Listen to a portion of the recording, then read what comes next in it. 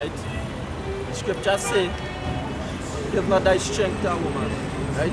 Now, throughout the history of time, since the days and Noah coming straight down, women always making men fall. And it's a big thing because you know why? Men love women more than they love the creator. The creator who created the woman to give you, a man will dog behind a woman more than you will dog behind the Most High. Who created heaven and earth, who waken you up in the morning, right? Who put food on your table. God, you want to piss up now? This is the book of Romans, chapter 1 and verse 25. It says, who changed the truth of the Most High into a lie and worship and serve the creature more than the creator. And that's what these men do, right? Ultimately, Esau gave liberty, gave leeway for the women's organization. Now all this was just a plan to put women in a position because Esau know men always weak to women. When they should be weak to the words of the Creator, the man who had the power to deliver you from where is to come. None of these men outside here care about the Most High, who had the power to deliver.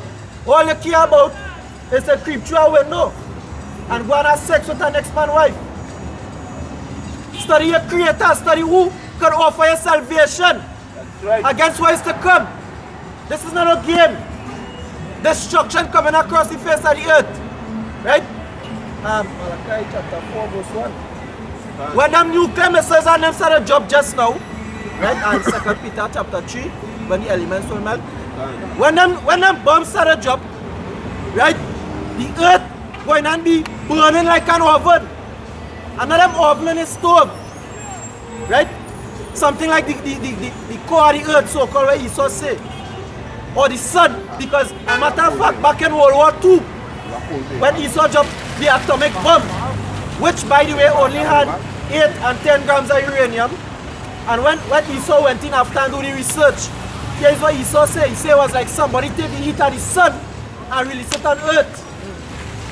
People melt, glass, steel, everything melted. Which man understand?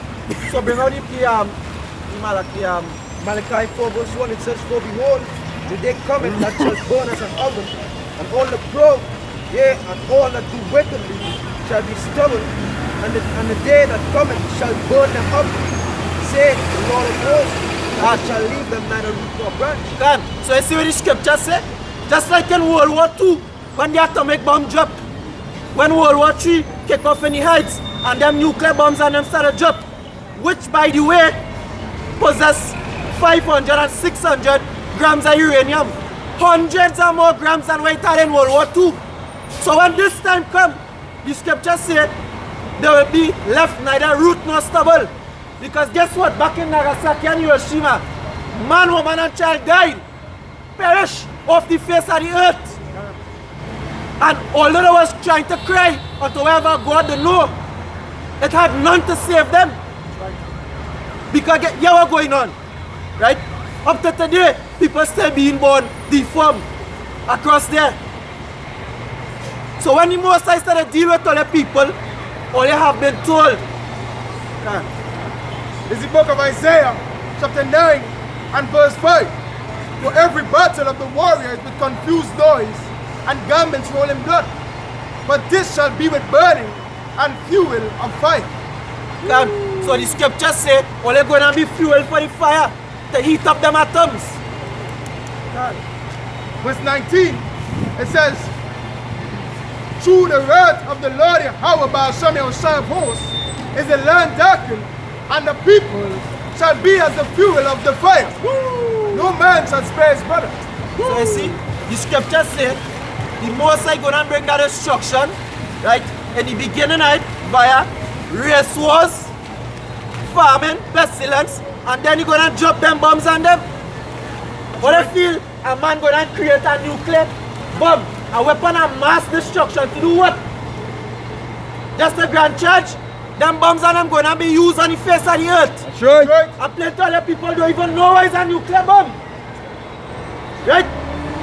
But when it started happening, right, just like in the days of Noah, all they're going and be bawling and screaming and weeping and gnashing their teeth. When this started kick off, because all now is a game and is a skin teeth. As the scripture says, all they're giving in marriage, eating and drinking and making merry.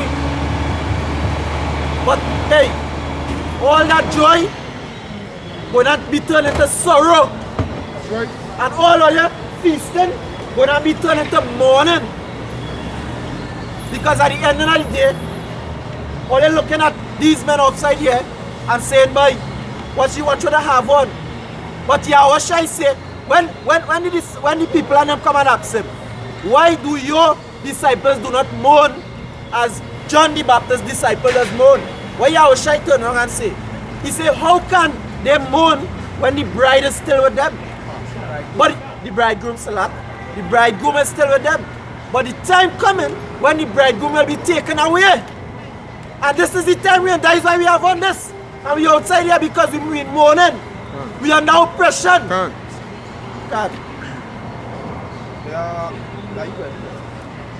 In Proverbs chapter 14 and verse 13, it says, even in laughter the heart is sorrowful, and the end of that mirth is happiness. Because why? Even if we get a little joy, we go home and we see we churn and them on the bed. Yeah, we are churn. You get a little pay. You could buy something to eat. But that's going to be turned into joy because guess what? It's still in Babylon. That food we buy is GMO, genetically modified organism. It's poison. So the very food that you're going to feed the children and them, killing them. But all the people, for some reason, walking around like if it has something outside here. Worth living for. The only thing worth living for is to serve your Creator. That's right. The man who can save you against what is to come. That's right. But when all they walking forth with all they stretch forth next, when the fucking missile and them start a job, all they gonna know what will happen. This is not a game. Father Jesus. Yeah, even, hey, yesterday too, Prince of Act just read it's probably 14:13. In Daniel on the beach, he said, I gotta go to work. I said, even laugh to the heart is sorrowful. We not have the nice time, we swimming and doing the thing in the water. Yeah, it's nice, I gotta go to work, right?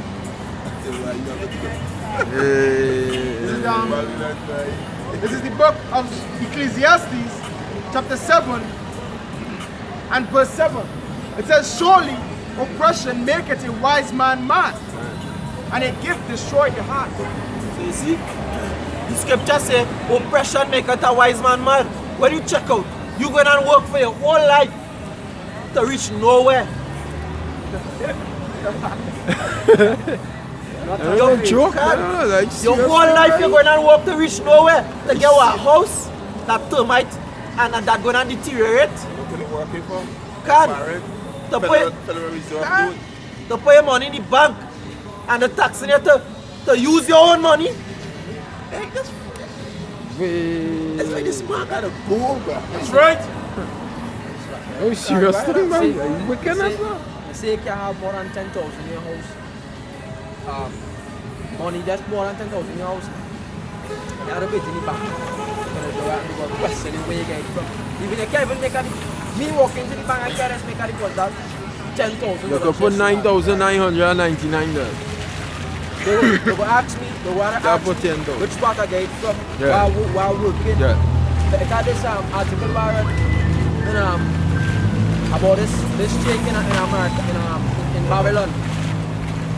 He went into a bank to change that check, and they called the police on the man because they don't get the good man making that amount of money.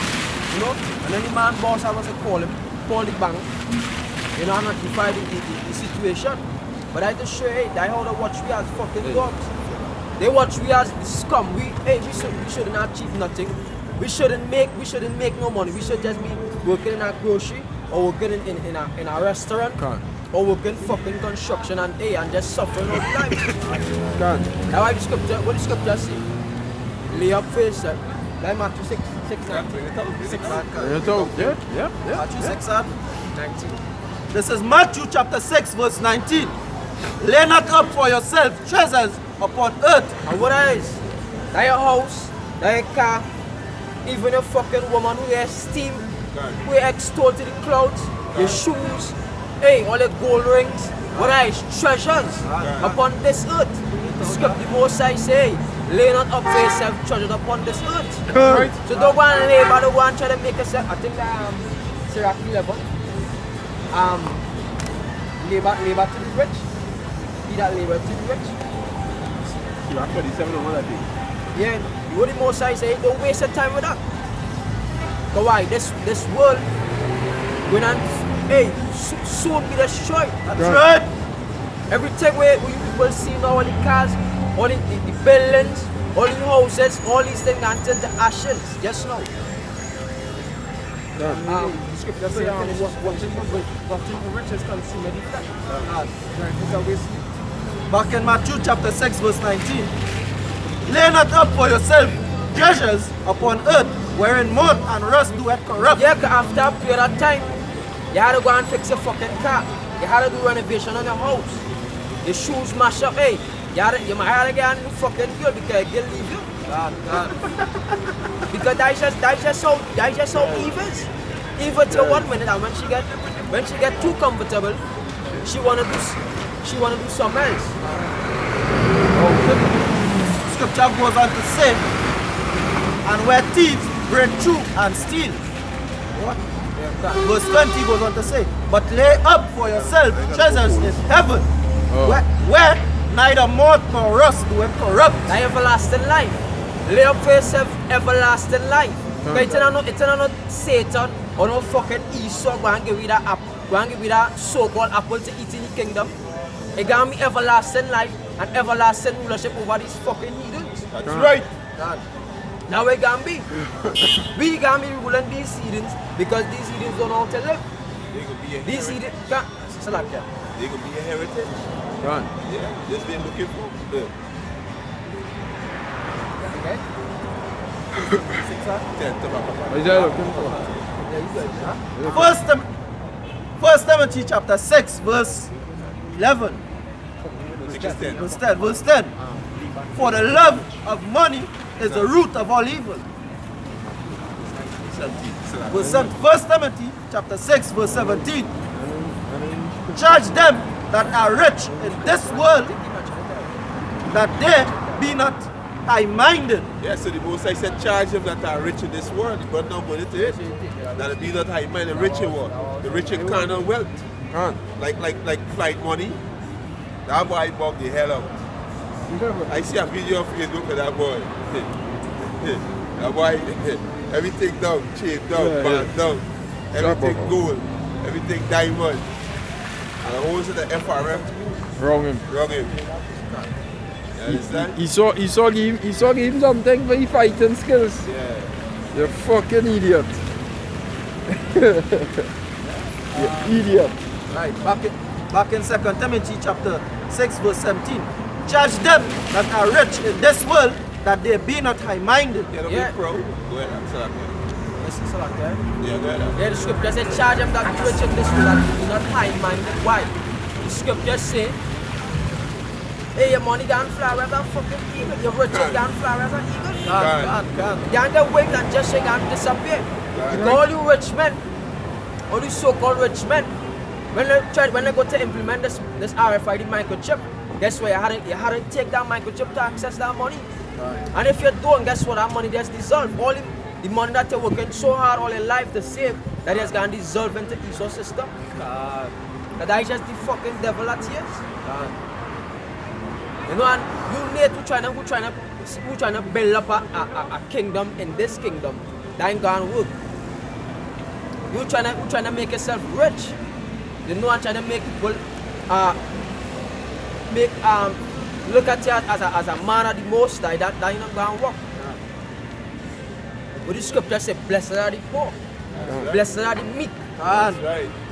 So being rich, hey, it just gonna pay yourself into more problems. So I say, poor. You live in the midst of the poor and afflicted people. That shall trust in the Lord. This is the book of Ezekiel chapter 11 and verse 2. Then said he unto me, Son of man, these are the men that devise mischief and give wicked counsel in this city, which say it is not near. Let us build houses. This city is the cauldron, and we be the flesh. Which say it is not near, because when we come out, we prophesy unto you that, hey, World War III is right around the corner. They're going to implement the RFID chip. Famine is on its way, martial law is on its way, race war is on its way, and guess what you say? Nah, that ain't happening in our generation. That ain't gonna happen in our generation. See what we do. You try to build up yourself in this place. You know, you send your kids to school to get a degree. You know, you set up your life insurance plan for when you reach it in your 70s, 80s. Guess what? You might live to see the next 5 years. The way this devil going at, you might live to see the next 5 years. Because guess what? Your food is GMO. The vaccinating you with poison. That's right. The dropping chemtrails from the sky to shorten your fucking lifespan. And you want to stay here forever? Yeah. You want to stay in hell forever? Because this is hell. That's right. Little 16-year-old boys taking Viagra and all kind of thing. You understand? To go and have sex with a girl. You're 16 years old and you have to be taking Viagra. Like, something wrong, boy? At that age, you're supposed to be fire and you're supposed to a girl touch you, you're ready to... You're 16 years and you popping pills to go and have sex with that female. Because why? The fucking corruption in this earth, boy. You know? Right. Good. This is Joel chapter 1 verse 2. Hear this, ye old men, and give ear, all ye inhabitants of the land. Had this been in your days, or even in the days of your fathers, tell ye your children of it, and let your children tell their children, and their children another generation. Guess what we can't tell our children? Yeah, hey, if we children old enough, we could tell them, but hey, they ain't gonna tell their children, because guess what? The destruction that these missiles gonna cause, after that destruction, after the fall of Esau Empire, after the fall of Babylon the Great, as the bully on this earth, we gonna be the ones that rule it after. That's right. As the scripture say, Esau is the end. Esau is the end of the world, and Jacob is the beginning of it that following. And who is Jacob? Us. We are the descendants of Jacob, not these red evil fucking Edomites that cause in the Middle East, that calling themselves Jews. They are shaving the woman's head to try and fulfill prophecy, that going and putting the head on a fucking wall, that circumcising, that using the mouth to circumcise little children, little boys. You know, trying to bite off the foreskin of the penis. Where you get her? Where them get her? Where? He's a vile creature. Yeah, but why your mouth right on your fingers or something? Because he's a homosexual. Your mouth, right? Yeah. That's who he is. God. Like the burrito. You're testing traveler. Yeah. These are the book of 2nd Ezra, chapter 9 and verse 5. It says, for like as all that is made in the world at a beginning and an end, and the end is manifest. Yeah, the end is manifest. Israel had the time to rule, just as the Babylonians had the time to rule, and it come to an end. The Medes and the Persians had the time to rule, it come to an end. Hey, you got enough fucking time, because since the Greek ruling, you wasn't poor. From the Greeks to the Romans, you fall, hey, and they come back up and they make the tribulation worse. You know? Yeah. But as the scriptures say, as it have a beginning, it have an ending. That's right. And this is the time of your end. This is the time of your fall. That's why it have men coming out in garments saying that, hey, the so-called white man is the devil. According to the scriptures, the so-called Negroes, Latinos, and the Native Americans are the true children of Israel. Because why? The Most High raised us up, as he said, in the last days, 6 and So the kingdom going to crumble. Everybody going to see the devil that here, that there is. Because we come out to reveal, the script, the mysteries that Jake's been stumbling at for centuries. This is Hosea chapter 6 verse 1. Come and let us return unto the Lord Yahweh Hashem Yahushai, for he hath done and he will heal us. He hath smitten and he will bind us up. Hey, and that would the Lord do. The Lord smite us, not to destroy us, but for correction, and that we Edomites get carried away with.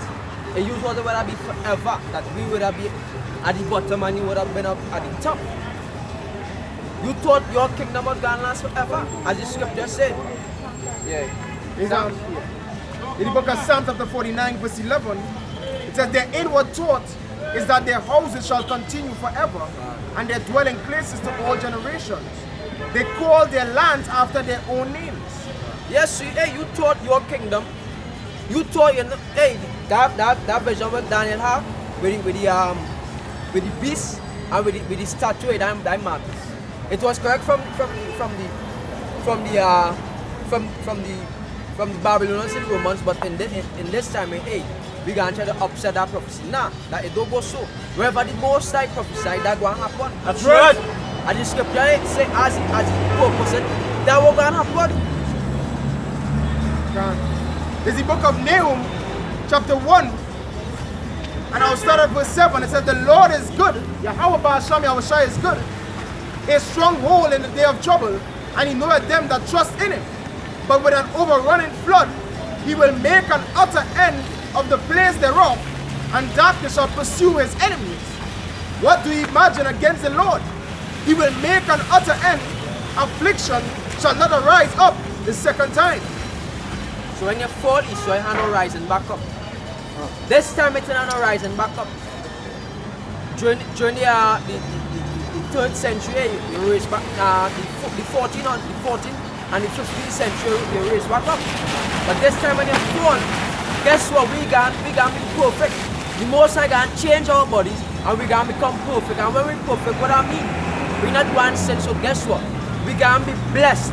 We gonna receive all the blessings. Right. And the curses gonna come unto you, Edomites. The curses gonna come unto you, heathens. I could say, the scripture say, well, that the wound was healed in that time, right? Can. So, hey, in that time, it was healed. But when you read in Jeremiah, which I want to bring out from Kusha, in Jeremiah 51 and verse 8, it says, Babylon is suddenly fallen and destroyed. All for her, take balm for her pain. If so be she may be healed. We would have healed Babylon, but she is not healed. So in this time, this modern day Babylon, America, all right, is going to receive sore strokes by them nuclear missiles, and they're not going to be healed. All right? Scripture say, it says, we would have healed Babylon, but she is not healed. There's no healing this time. All right? There's your end coming. No rising up a second time. That's right. All right? Putting an end to all wickedness. That's right. Yeah, yeah, when the Lord gave Jeremiah to write on we're gonna happen to Babylon. He write it on a scroll, and he give I think it's Shema the prince. When Nebuchadnezzar was taking them into Babylon, he and Zedekiah. And he say, hey, when you reach the Euphrates River, throw the roll in bind it on with a stone and throw it into the river Euphrates. And just as how, hey, that scroll ain't gonna rise back up just so Babylon gonna fucking fall and it's gonna rise back up again. That's right. And that we devils getting carried away with. That's right. You think your kingdom don't have an end. As the scripture say, your terribleness had deceived thee. Your terribleness had deceived thee because the Most High gave you so much power, so much might that you think, you know, that basically with all this missile, with all this artillery, with all these weapons, my kingdom can't fall. It's like build the fool up. Like As- just be the Pharaoh. As he did unto Pharaoh, God. Right. As he did unto Pharaoh, so he will unto you. This is the book of Psalms, chapter 5, and verse 4. For thou art not a God that had pleasure in wickedness, neither shall evil dwell with thee. The foolish shall not stand in thy sight. Thou hatest all workers of iniquity. Thou shalt destroy them that speak leasing, which is lies. the Lord will abhor the bloody and deceitful man. He's that bloody and deceitful man.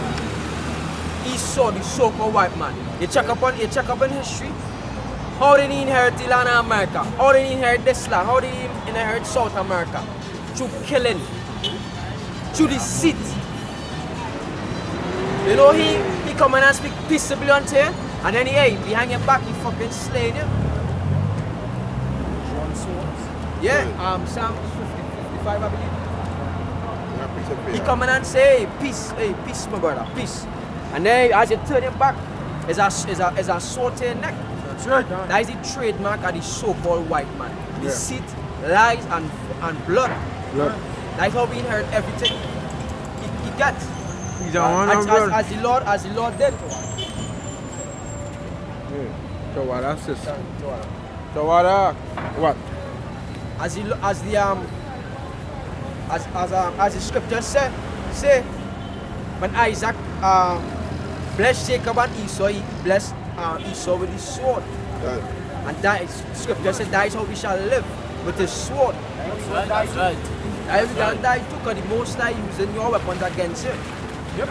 It's Goliath's own sword. David used to cut off the enemy. And David started rolling the same sword to destroy me. David is a real bad man. King David is a real bad man. And his son more bad. Yeah. Solomon, Yahushai. That's right. Yahushai more bad. But that's the destroyer. Because hey, is Yahushai, if he could receive it, God. is Yahushai give Esau that blessing? God, And his come son, and take it back. is he coming to destroy him? You understand? Ezekiel 35:5, because thou hast had a perpetual hate.